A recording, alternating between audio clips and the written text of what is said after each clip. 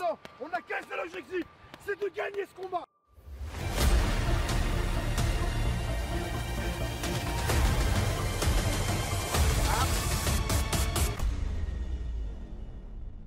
Bienvenue dans cette nouvelle série où vous allez suivre l'aventure et le pari fou de 3 youtubeurs qui ont peu ou jamais pratiqué la boxe thaï. Ma mission est de les préparer techniquement, physiquement, mais surtout mentalement en seulement 10 jours pour qu'ils puissent disputer un combat de boxe thaï. Nous voilà arrivés au deuxième jour de leur préparation. Hier, on s'est rendu compte qu'il y avait énormément de boulot. Alors on décide aujourd'hui de passer à 5 entraînements par jour. C'est ici que les choses vont s'accélérer car il y a énormément de choses à travailler. Je décide donc de répartir 3 entraînements techniques dans la journée, un entraînement de préparation physique le matin au réveil et un entraînement de préparation mentale en début de journée.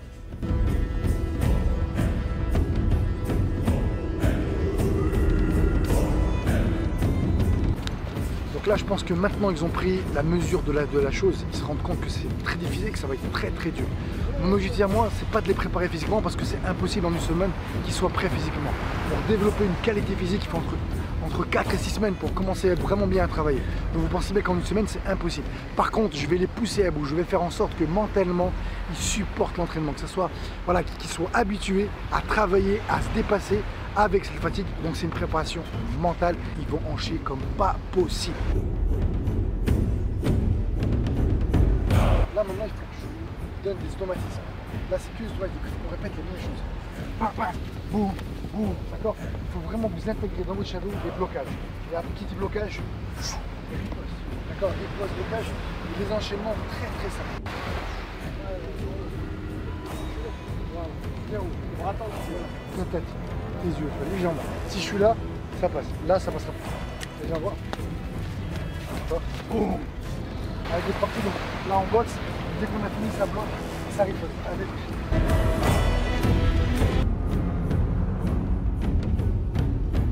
Hey, tends tes bras. Allez, on n'est pas là pour dormir. C'est pas les vacances.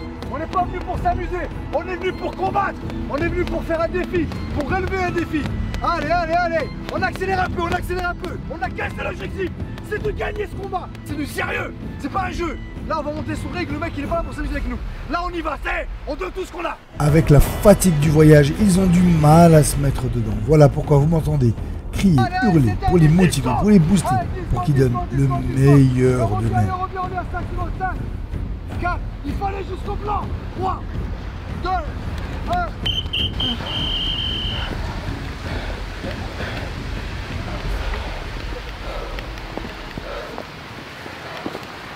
On a fini.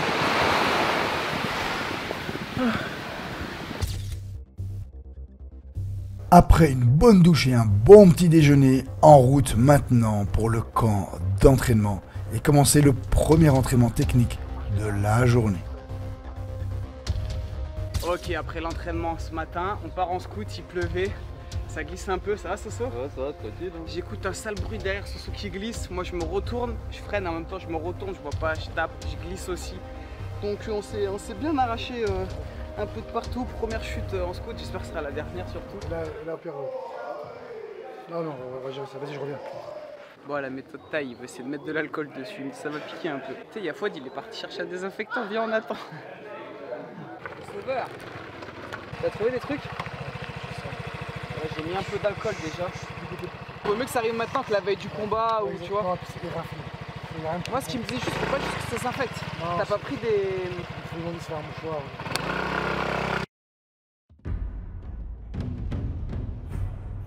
Alors pourquoi je leur fais de la mise de gants maintenant? Eh bien tout simplement pour les habituer à prendre des coups le plus tôt possible et leur permettre de travailler leur réglage, leur notion de distance, de blocage, de riposte.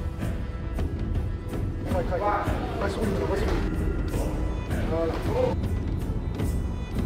Dès qu'il avance, bam, tu l'empêches droite, tranquille dans les jambes.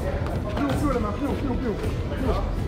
Voilà, ouais, tout de suite, voilà. Monte tes mains, ouais, super. Tranquille, boum, ouais, super. T'as géré là, t'as géré. Gère ta distance. Attends-le, puis attends-le maintenant. Attends-le, gère, monte tes mains. Resserre ta garde. On va te fatiguer. Moi j'ai les épaules, elles sont en feu. C'est l'endurance musculaire, j'en peux plus. Je suis pas endurant des épaules, frérot. Bon, là, on va te voir un peu. Ouais, faut que je travaille ça. Donc là, il faut que je leur apprenne très rapidement les 6 bases pour savoir boxer, qui est cette notion de distance, se déplacer, savoir se protéger, savoir enchaîner les coups pied-point, riposter et leur enlever cette appréhension, cette peur de prendre des coups. Donc là, ce qui est très important, c'est qu'à la fin de l'entraînement, il remotive ses troupes et surtout, il leur inculque le respect. Merci au professeur, merci à vous, continuez à vous entraîner. Donc il y a un peu de motivation et surtout, il leur inculque le respect, la bienveillance. Faire en sorte que les gars, quand ils viennent s'entraîner, ils viennent pas pour se péter la gueule, ils sont une famille, ils viennent tous pour le même objectif, c'est progresser et partager les valeurs communes du Muay Thai. Ish.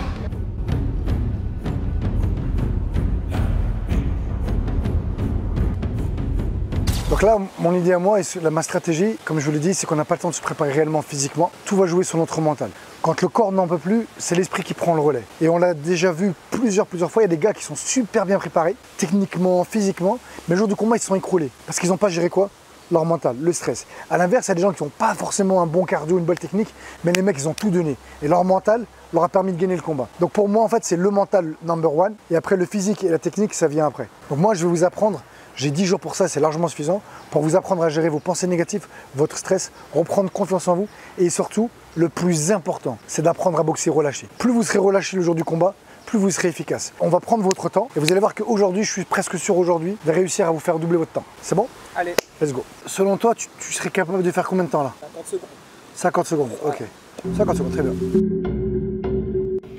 Le travail d'apnée est un très bon moyen pour moi de développer son mental. C'est un outil que j'utilise énormément, que ce soit pour moi ou pour mes athlètes, car il n'y a rien de plus dur que de ne pas respirer. Et là, l'astuce pour y arriver, eh bien, au début, c'est de lâcher le mental, de ne pas penser qu'on ne respire pas. Et quand ça va devenir très difficile, c'est là où on va commencer à rentrer dans la résistance mentale. Donc, dans une première étape, on se relâche et ensuite, on résiste. Ça fait combien? 45. 1,18. Ah ouais, Ouais. Carrément. Et tu vois, est-ce que tu as pris du plaisir? Ça va. J'étais possible. Super. C'est pour ça que tu as fait 1,18. À toi. Ce que je trouve incohérent dans le sport de haut niveau, eh bien, c'est que tout le monde sait que le mental, c'est la chose la plus importante à travailler et pourtant peu la développe. Donc, si vous voulez développer votre mental, eh bien, choisissez des exercices qui soient difficiles, qui vous poussent à dépasser vos limites. Car dans la zone de confort, eh bien, il n'y a que vos habitudes, les choses que vous maîtrisez. Mais c'est quand vous allez la sortir que vous allez vous développer, progresser, vous améliorer. Une minute. Selon toi, t'as fait combien? 45 secondes. En vrai, quand vous êtes sous l'eau, qu'est-ce qui se passe? C'est qu'on a envie de respirer. On se focalise là-dessus. Donc on est déjà sur une pensée quoi? Négative. Une pensée négative, elle bouffe énormément d'énergie. Donc plus vous allez penser à respirer, et plus vous aurez envie de respirer, plus ça va être difficile. Et on dit que pour contrecarrer une pensée négative, il faut 10 pensées positives. Quand nous, on a une pensée négative, il en faut 10 pour casser ça. Donc quand je vais dire à mon gamin, t'es nul, il faut que je dise 10 fois, t'es bon pour casser le t'es nul. C'est énorme. Voilà pourquoi on doit plus être dans les encouragements que dans le cassage. Quand ils ont accepté ce défi, ils savaient que ce ne serait pas des vacances et que ce serait très difficile. Donc il n'y a pas de temps de s'endormir ou de se reposer. On repart direct au camp d'entraînement.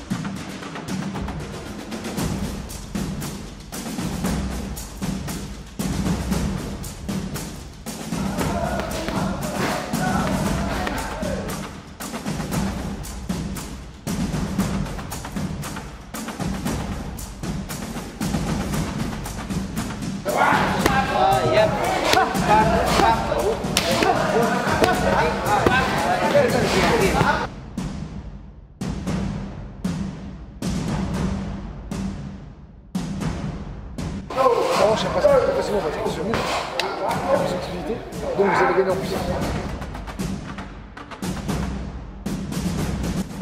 Donc là on arrive à un point un petit peu culminant, on est qu'au début de la préparation, la fatigue, le décalage horaire, PJ s'est blessé, ils apprennent, là ils sont en mode d'apprentissage, ils doivent se concentrer, c'est nouveau pour eux, en même temps c'est physique parce qu'on a 4-5 heures d'entraînement par jour. Et tout ça réuni, bah c'est là maintenant on va voir vraiment ce qu'ils ont au fond du cœur, est-ce qu'ils sont capables d'aller jusqu'au bout, et pas aller au bout pour terminer, aller jusqu'au bout, arracher ses tripes et tout donner pour ce super challenge. Vas-y on va. Hop, je décale, je saisis. Donc je suis là, okay, je vais venir tirer. Ici, là, je balaye. Okay. On va gauche, hop. Et après, ça va être en fonction de quelle jambe. Là, ça va être ici. Direct. Voilà. Oh, j'ai pas de souplesse, moi. Tu sais, j'ai dit bah aïe avant d'avoir mal. Arrête, faut être. Allez, go, on est parti, les gars. Te chauffe pas trop. Are you ready? Let's go!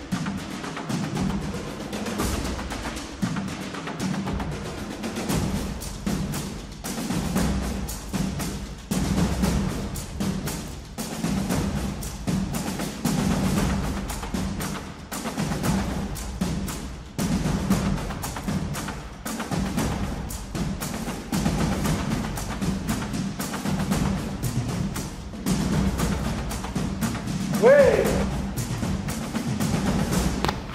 Super. Donc là, voilà. Là, vous pouvez vous apercevoir que tout le monde est parti, il commence à bien faire nuit, il se fait tard, de plus en plus tard.